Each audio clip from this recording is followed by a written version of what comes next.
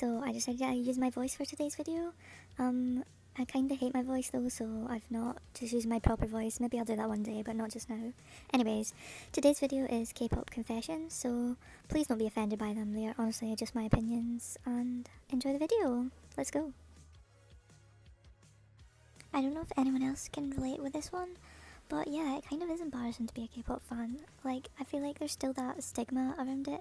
If you tell people, they just think you're a Koreaboo or something like that. And also, to be honest, the fans are what make it embarrassing.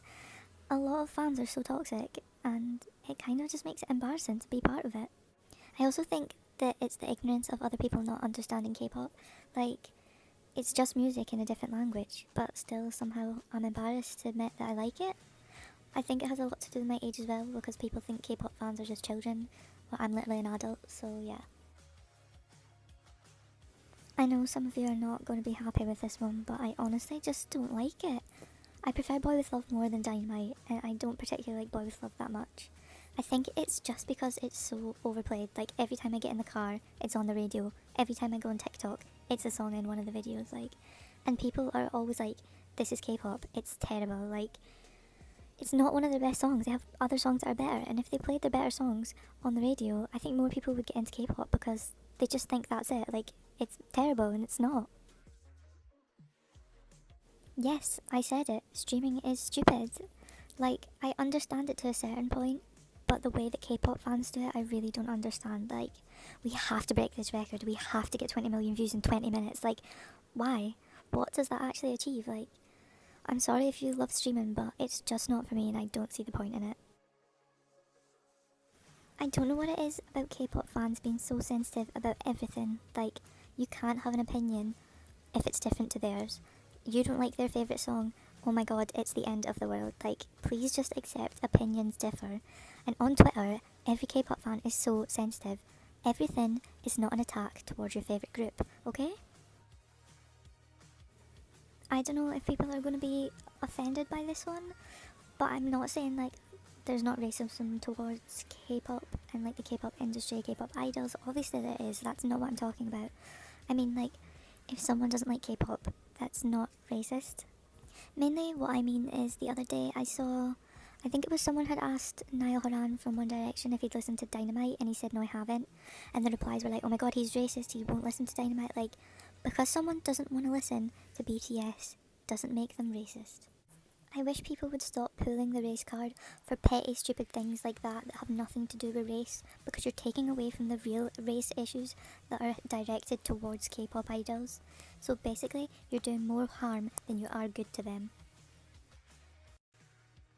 Okay, so I guess I started off with the more deep controversial things, but I'm just going to move on now to the lighter things. So yeah, basically, K-pop idols need to stop using the snow filter. I wish someone would tell them how ridiculous they look. Like, I know that's the beauty standards there, but they just look so weird. Like, they look like aliens or dolls or something, and it's the fact we see them on camera every day and know they don't look like that. So why do they post a selfie where they don't look anything like themselves? Sometimes I have to do a double take to check which idol it is because I can't tell. Please don't hate me, because I know so many of you guys' alt group is Dreamcatcher, but I don't know what it is. I just can't get into their music. Like, I think it's the same thing with Day 6. I just can't get into their music either because I just don't like that concept, like the more rock concept, I guess. I don't know, I just don't like it and I can't get into it. I've tried listening to their songs so many times, trying to force myself to like it, but why like a group because you're forcing yourself to? I liked Scream and I tried to like Boca, but I just don't like the chorus. I like the verses, but the chorus, that specific sound that they have, I don't like it, so please don't hate me, I'm sorry.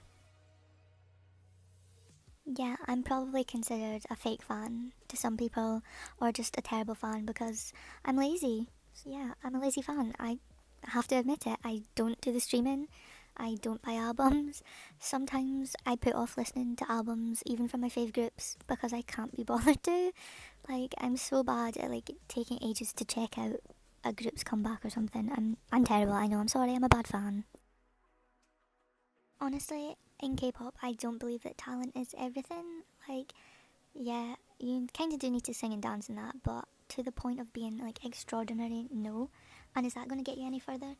No. So when people complain that groups like their faves aren't big and they're so talented, but talent isn't everything. I think personality has a lot to do with their popularity. Like K-pop is all about variety shows and stuff like that. Like they go on and show who they are as a person. So being a hilarious, like great personality sometimes is more important than actually how well they sing. Okay, so I got into Luna in So What era, so January. So I've been a fan of them for 8 months now. And I still kinda can't tell which one's Yojin and which one's Gowan. Like, they both look the same to me. I think I know the difference now.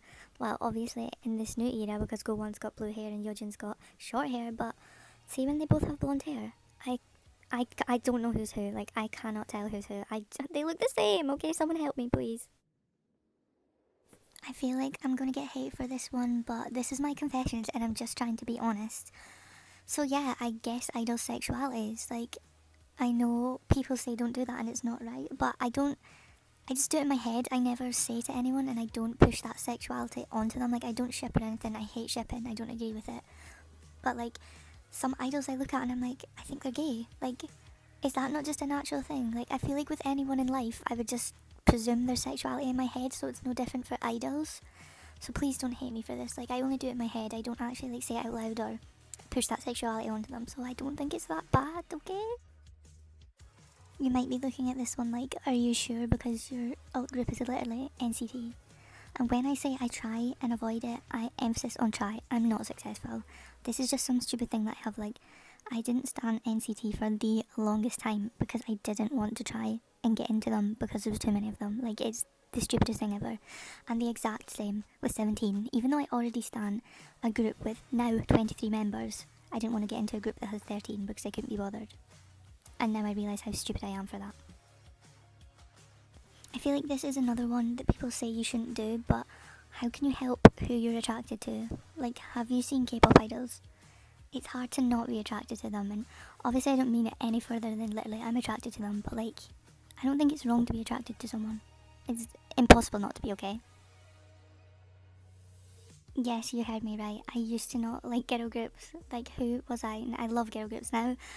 And oh my god, I can't believe I'm going to admit this. I hated Twice. Like, I hated Twice so much because I hated the cute concepts.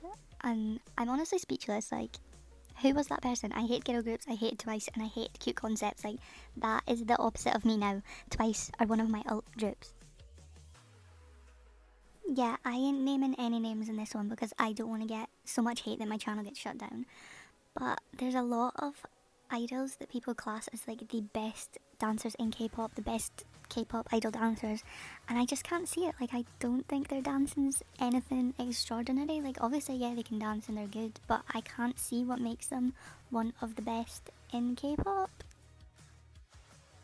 So I can't bring myself to stand all these new groups that were born in like '05, '06 because I was born in '98 and I'm ancient compared to them.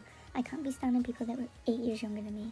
Like, I just feel weird if I'm doing that. ITZY and NCT Dream are about the youngest groups that I will stand, and even then, I feel like that is a lot. So this is the last confession for today, but yeah, I actually do end up dreaming about K-pop idols a lot, like a few times a week. Like, they just haunt me in my dreams as well.